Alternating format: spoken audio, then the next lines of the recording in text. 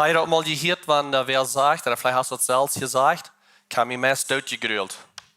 Hij mal hat gehört. Ich brauche dort nicht sehr leicht für ein paar Ursachen. Ein, dass, ich glaube, wir müssen aufpassen, wo wir verteilen, dass wir uns nicht leer zu sehr übertrieben mit jeder Ding, was wir sein, oder viele Dinge, was wir sein, dass wir so sehr übertrieben. Aber ich habe mich dreimal in meinem Leben sehr gegrühlt, sehr gefercht. Einmal wäre es, dass ich ein jugendlicher Jung war, dass meine Freunde, weil ich wusste, dass wir meine Freunde, die kidnappten mich. Ich wusste, dass das sei wir, was mich kidnappten. Aber von da ging es sehr sieden. Und die haben mich ingerirrt in ein Loch nehmen. Und ich konnte bis rund am Erdfall, ich konnte nicht moven. Und ich war sehr claustrophobisch. Und so ich grühl mich sehr. Lotte einmal, als wir junge Lied werden und in der Stadt wohnen, wir haben ein kleines Baby. Und auf einmal Tag 2 danach, dann bullerte wir unter der will dringend in uns Füße brächten. Und wir sind auf einer Stadt, wo ich das nicht so gut kann. Und ich sehe einen jungen Mann und ich sehe Verantwortliche, das wäre unter der. Und ich grühl mich, ich fürchte mich bloß sehr. Das andere Mal wird es, mein Freund Eddie ist den Wort angebracht. Ich bin eine Stunde vorher mit am Typ gewasst, wie ein stiller Abend. Und dann kriege ich einmal einen Phone Call von seinem Phone, eine andere Person redet. Und dort er tot war. Und der Fercht, ich kam über mich, so dass ich besiegt mich selbst wieder. Mein Hart ging so bosig. Ich konnte nicht Luft holen so reich. Und ich wundere, dass was wird even an mich angehen. Bloß eine Fercht von einer Kartentit, was über mich kam. Und so ich kam ein paar Mal in mein Leben so belebt, dass ich würde sagen, ich weiß nicht, wie mein Körper das würde handeln kann, so sei aus, was ich mich fürchte. Und du sagst vielleicht, weil die Dinge hier sich die nicht zum Hören, wo ich hat vorab Angst. Das sind Betzos, wenn unsere Kinder in eine andere Stuhl schreien, und ich dachte, nee, nu wir vielleicht ein Mörder in uns Haus bin, und ich ran, wo eine Bootstuhl nennt, wo ein von unseren Girls oder wer immer schrie, und die wären mit alle Feier jene Wegen, und von der Flur auf, und ich frage, was ist angegangen? Und die können meist nicht reden. Über dem weisen sie, du hast eine kleine Span. Und so ich, okay, well, dann werden wir die Span gehen, die da wegnehmen. Und dann, dass sie nicht mehr die Angst haben. Und die Fercht haben. Und die selbe Girl, was die Meier mal mit alle Feier jene Wand war, und schrie, so als wenn da ein Mörder war, die kommt abgegangen und sagt, sie haben eine Wutterschlange gefangen, das war mein Arm. Und ich persönlich, ich fürchte mich sehr, sehr verschlagen. Ich würde rennen, ich würde auf die Wand abkriegen, wenn ich gleich das nicht. Und dann hier kommt diese Girl angegangen und sie hat eine Wutterschlange gefangen, weil die Hole aus dem Pet, die irgendwo nach vorne und sein, die Graute kriegen. Und so wir haben verschiedene Dinge, was wir durchgehen im Leben, wo wir auf einmal bloß eine Furcht haben, eine Angst haben, was als Eva kämpft, wo das sich manchmal even so fällt, dass mein Körper kann mäßig mal handelt, wo mir hier totgerühlt. Und so, ich glaube nicht, dass wir so das einfach nehmen und sagen, ich habe mich totgerühlt oder meist totgerühlt, wenn ich glaube, das ist ein Übertrieben. Von der weil wir reden von Fercht die nicht für die Tookunft.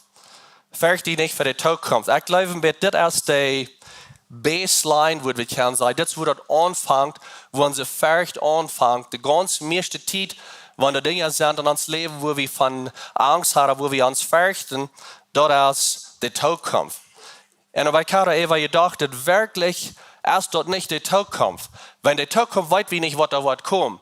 Das meiste Mal, wenn wir uns sehr, sehr Angst haben, uns fürchten, dann uns ansagen, von der Tookunft, das ist da, wenn wir haben was belebt in der Vergangenheit, was uns hat gebracht, dass wir Angst haben. Wenn wir haben was belebt, haben was gesagt. Ich habe gesagt, wenn ein Bruder krank wird und nicht gesund wird.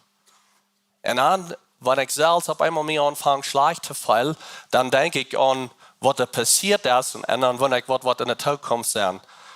Und ich kann ja sein, wo da ein Downturn ist, würde ich sagen, wo die Economy dreht und die Annahme oder die Geschäftswelt auf einmal anfängt bloß zu drehen und Contracts werden teuer gemerkt und was immer.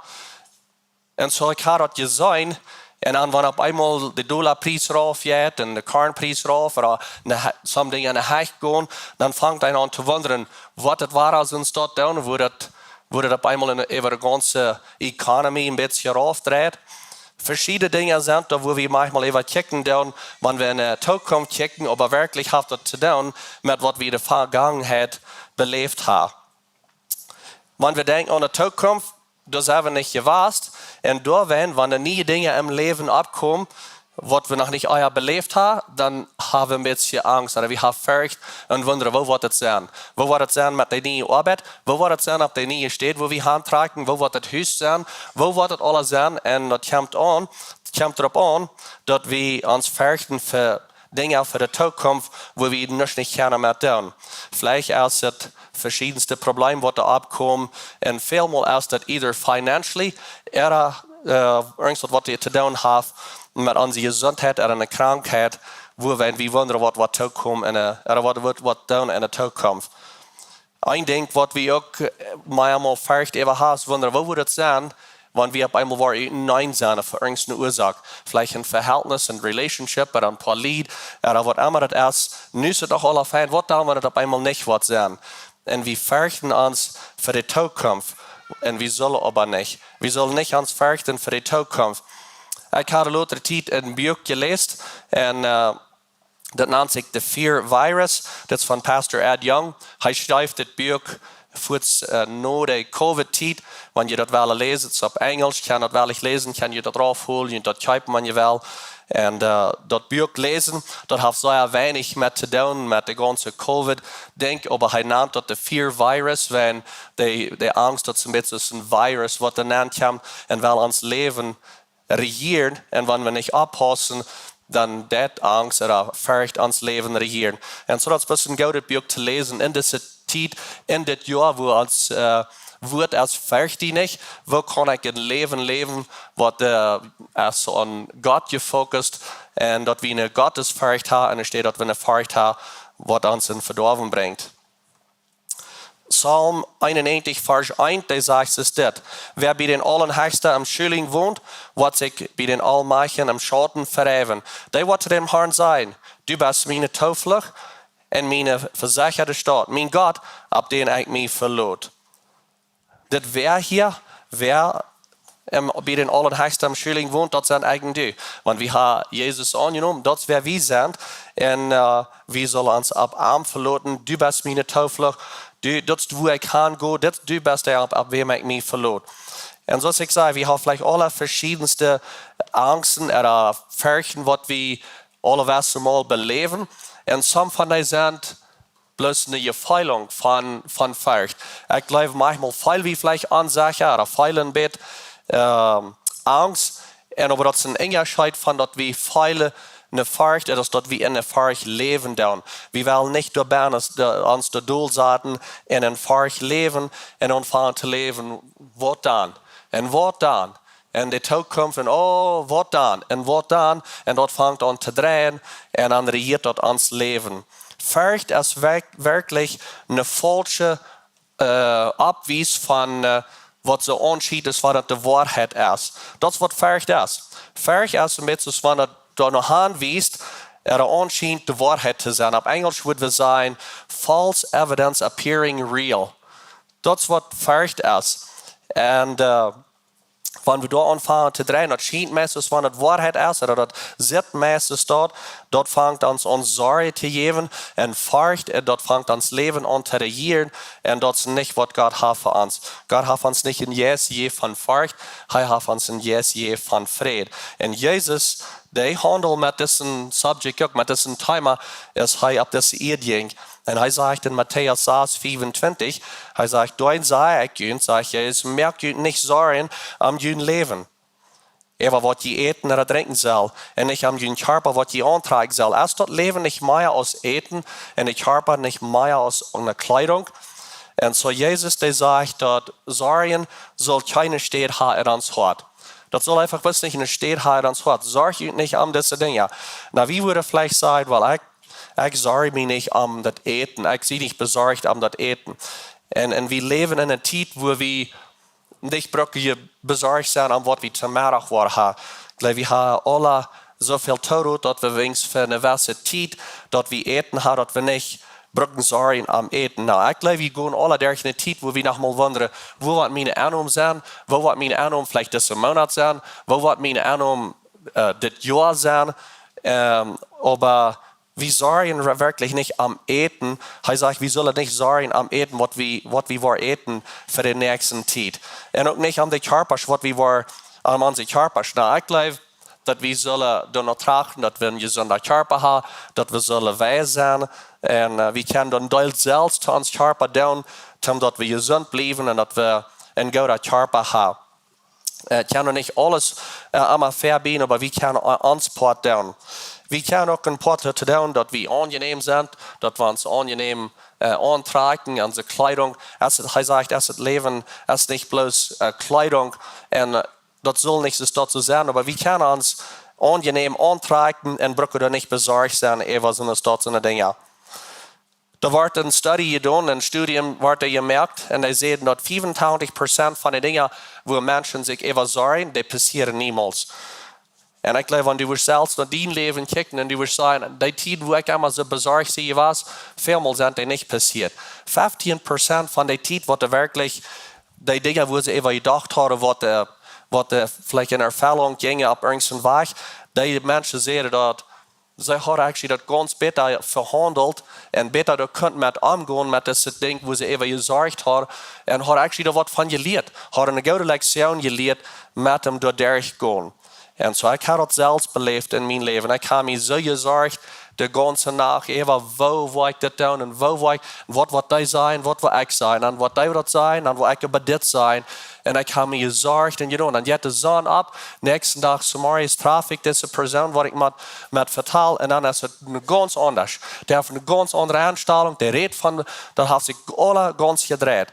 Und so werden wir nicht in eine schlaflose Nacht haben und sorgen über Dinge, die nicht für uns sind. Vielmal, was passiert ist, wir nehmen die Dinge von morgen und die Dinge von übermorgen und wir bringen die alle hier hin und dumpen die alle ab diesen Tag noch zu Fundel und merken uns sorgen über was in der Zukunft sind und wo wir noch nicht mal sind. So Dinge von der Vergangenheit, die merken uns manchmal Angst oder Forcht für die Zukunft oder für even wo wir nu krank sind. Und so, was ich ganz wel bloß tun von dir, wenn du Dinge sind in der Vergangenheit, was du sind schwer warst in deinem Leben, lass dich gehen. Lass die Dinge bloß mal los, lass die gehen. Die sind in der Vergangenheit. Wir drehen manchmal die Vergangenheit mit und dort wollen wir von der noch in Forcht leben für die Zukunft. Und so lass die gehen. Wir denken vielleicht manchmal so, dass in der Vergangenheit sind diese Dinge passiert. Ich habe wirklich abgemessen und Gott, der wird mich nicht mal mehr brücken kann. Nu sage ich hier bloß, Gott kann mich nicht mal brücken. Und das ist nicht so, das ist. Und so, wenn du Angst hast für die Zukunft, der ist gefordert von Angst von der Vergangenheit. Und so lass die Vergangenheit gehen. Psalm 34, Vers 8 sagt, den Herrn sieht Engel leeren sich am Dei, der am Fercht und Haupt am Üt. Das ist die Gottesfurcht, wo wir fähig sind, davon reden. Den Herrn sieht Engel leeren sich am Dei, der am Ferchten und Haupt am Üt. Und so, wenn wir die Gottesfurcht haben, heißt der, wo der Engel rum ans kämpft und ans halten down. Gott, der ist treu was, und wir singen das von der in das Leid. Und Gott, der ist treu was, Eva und Eva. Und die ganz düstere Zeit, wenn du wirst ein klein bisschen zurückdenken, und denken in der schwere Zeit, in der dunkle Zeit, wo du bist warst, dann wirst du danach können sein, ja, Gott, der wird danach treu, Gott, der lädt mich dort durch an. Ich kann nicht sein, dass wir nicht mal Gott, was mich in der düstere Zeit anlädt, oder in der schwere Zeit bauen wir. Gott ist nicht der, was uns dort anlädt, aber heißt der, was uns dort hält. Und dort ist, wo es wichtig ist, dass wir uns feststehen auf Gott sein Wort. Dass wir uns fordern mit Gott sein Wort. Wenn wir uns nicht fordern mit der Vergangenheit, wenn dort jeft uns bis Forcht. Und so werden wir uns fordern, jeder Tag mit Gott sein Wort, mit seiner Leib, uns fordern mit seiner Leib, damit wir können feststehen. Die Israeliten, die hielden sich auch fast an der Vergangenheit. Die reden auch von der Sklaverei und die wollen allein zurückgehen nach der Sklaverei, wo sie wieder bei waren. Aber da, wo sie wieder, da Grum zeiden die, ja maar reden die over de toekomst. Wo ze nog niet mal weer. En zo, ze hielden zich ook vast aan de vergangenheid.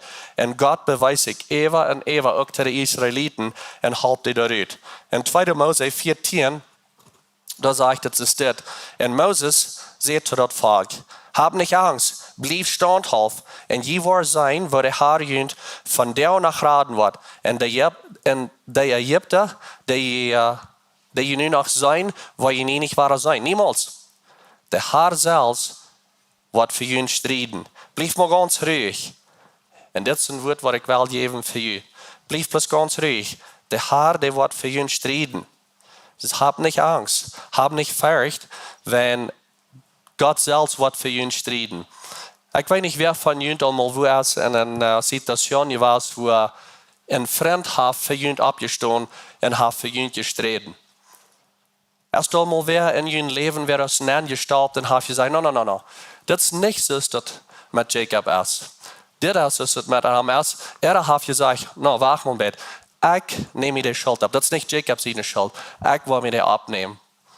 Ik had het beleefd hoe een vriend voor mij opstond en voor mij wil strijden. Dat voelt zich zeer fijn. Besonders op een stad waar het is, waar het zich zo voelt, oké, hier wordt mij hulp veel. Hier wordt mij wem veel werd wat aanstaan voor mij. En allemaal weer bezie die stad en zeg, ik zie zijn vriend, ik wil opstaan voor hem, ik strijd voor hem. En op wat immer voor een waarheid dat zegt, maar die staat aan voor die. En zo wanneer je dat allemaal beleefd hebt, op nog een hogere level als dat, als wat God voor die strijden deed. Hij wordt voor die strijden, blijf maar ganz ruhig. Zo dan is de vraag vielleicht van jou te ons, wat is het wat die terughoudt? Wanneer ik aan denk aan Fercht die Nich, dat is ook dat we niet bloß op een stad zitten blijven. Manchmal hebben we angst om bloß einfach mal de nächste stap te nemen, wat immer dat is. Wat is het voor die wat die terughoudt, omdat je de nächste stap neemt? Wenn we bloß zeggen dat we worden nu mal een beetje stilhouden, be stil, en know that I'm God, we worden best mal ganz stil zijn en God horchen, dat is een zeer goede ding, maar manchmal verzieken we ons daar bloß dort te blijven en bloß stil te zetten. En God die verlangt meer van ons is dat we bloß stil blijven. Hij wil dat we zullen stil zijn en naar hem horchen en dan dat we dan zullen weer gaan en moven. Dat we zullen verder weg gaan. Op Engels moeten we zeggen, faith requires action. Geloven verlangt dat we actually wat doen. Niet bloß zitten, niet bloß staan blijven. Geloven verlangt dat we ook wat doen. En some van ons zal ik zeggen, some van jullie, die worden gelijk dat eerst alle uitgefigurd te hebben. Alle straatgetaald, alle blok straatgetaald.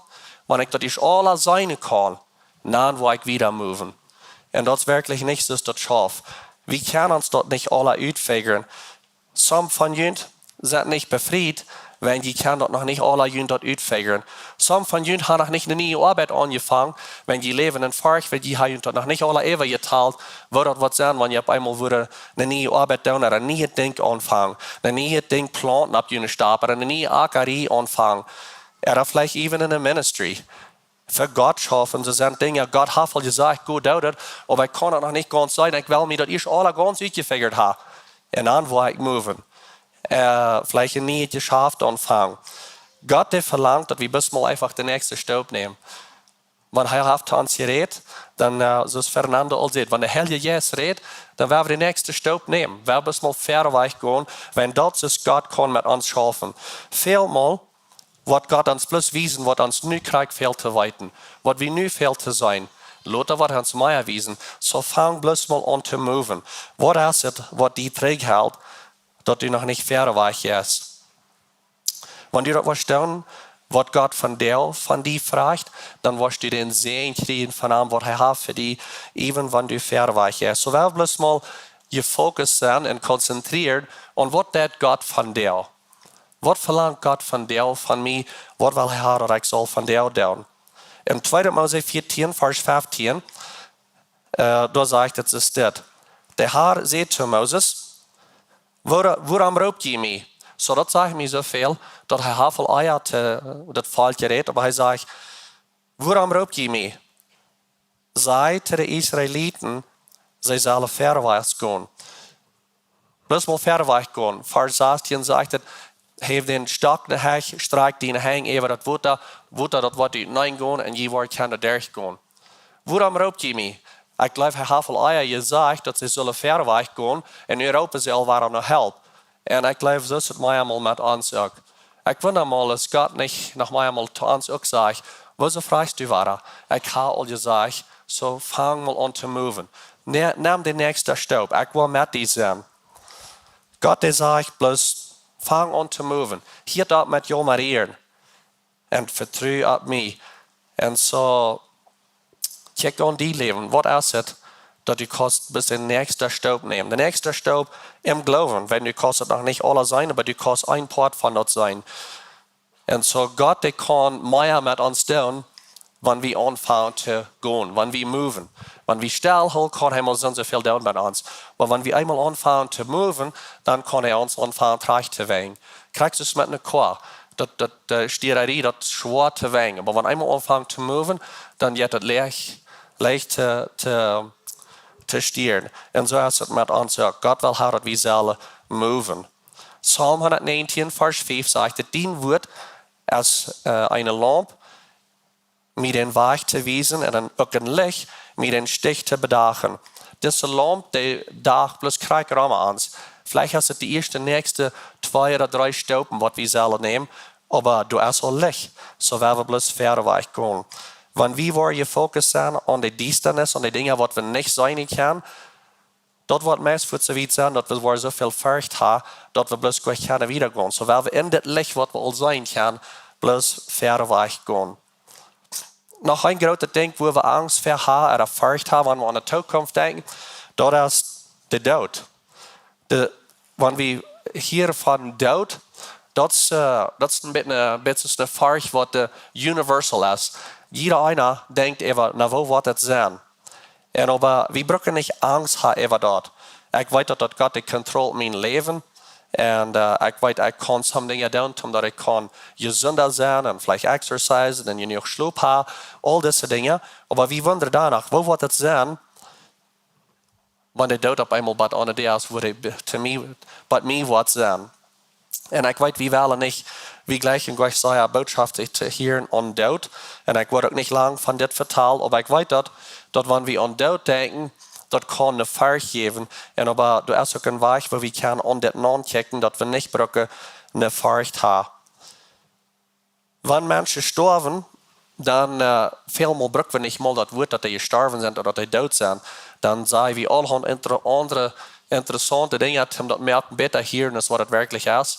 We zeggen dat is nu weg, dat is nu beter, die slaapt nu bloos, die is nu weg, die is naar de hemel gegaan, op Engels zei hij kicked the bucket.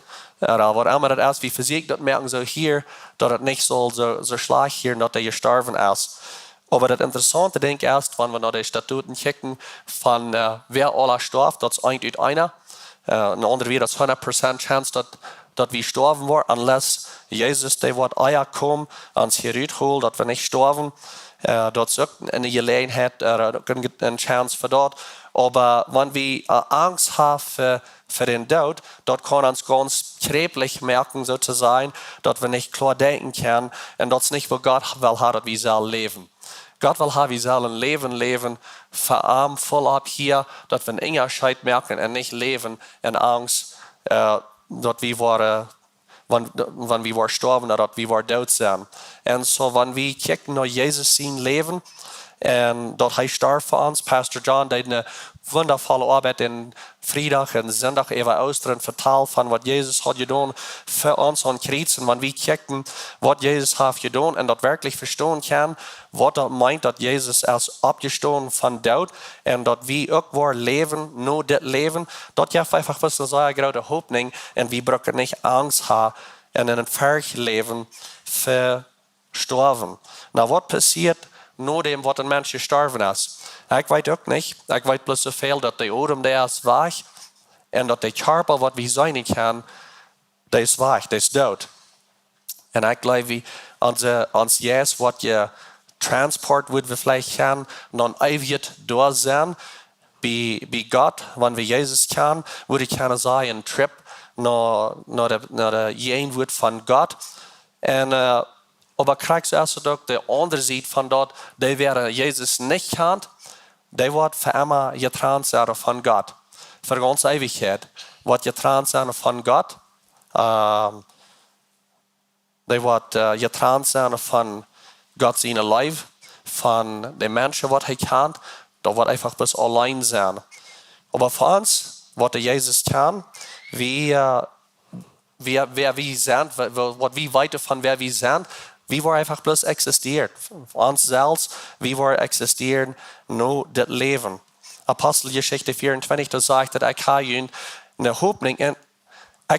auch die Hoffnung in Gott, wo sie selbst lernen, und dort ist, dort in der Tookunft, der Gerechte und der Ungerechte von den Tod abgestoßen worden. So wir wollen abstehen, nur das Leben, dat wo het leven aanvangt. En dit is een gezonde Fercht wat we zullen hebben, een Gottesfercht wat we zullen hebben, wanneer we denken aan den dood, wat Jezus heeft gedaan voor ons, dat we door erg leven kunnen en dat we niet een gezonde Fercht hebben, dat we een Gottesfercht hebben, dat Hij wordt ons nur das Leben, ein neues Leben geben. Nicht bloß ein neues Leben, aber ein neuer Körper. Wir wollen ein neuer Körper haben.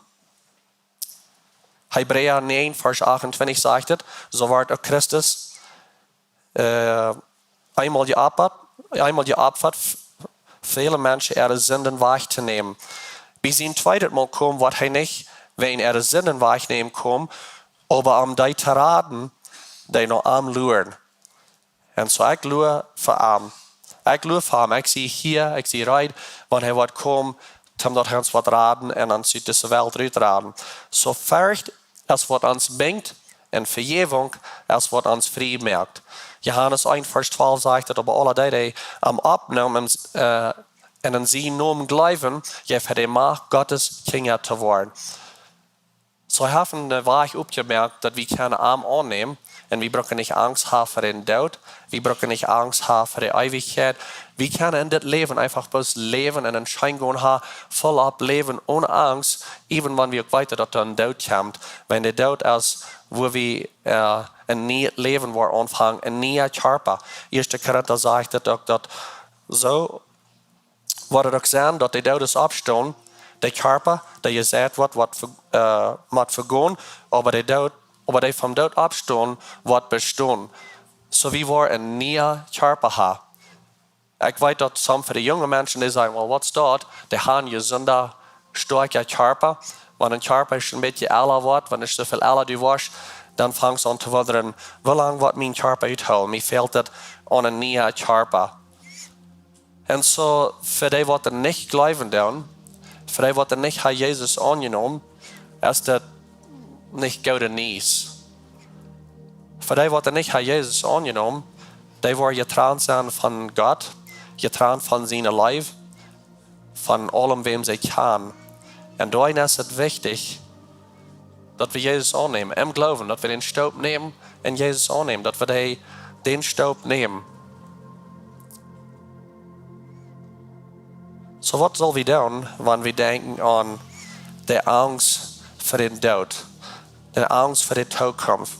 Und ich glaube, wir sollen ganz getraut sein und nicht Angst haben, dass wir können sein, was Jesus hat für uns getan. Und wir wissen, dass der Tod, das nicht das letzte Wort. Jesus hat die Sünde gewonnen, hat den Tod gewonnen. Und wenn du Jesus kennst, dann wirst du nie ein Leben haben, ein neuer Körper haben, nur das Leben. Ich kijk verder weg für dort, wo Gott wird alle Dinge nie merken.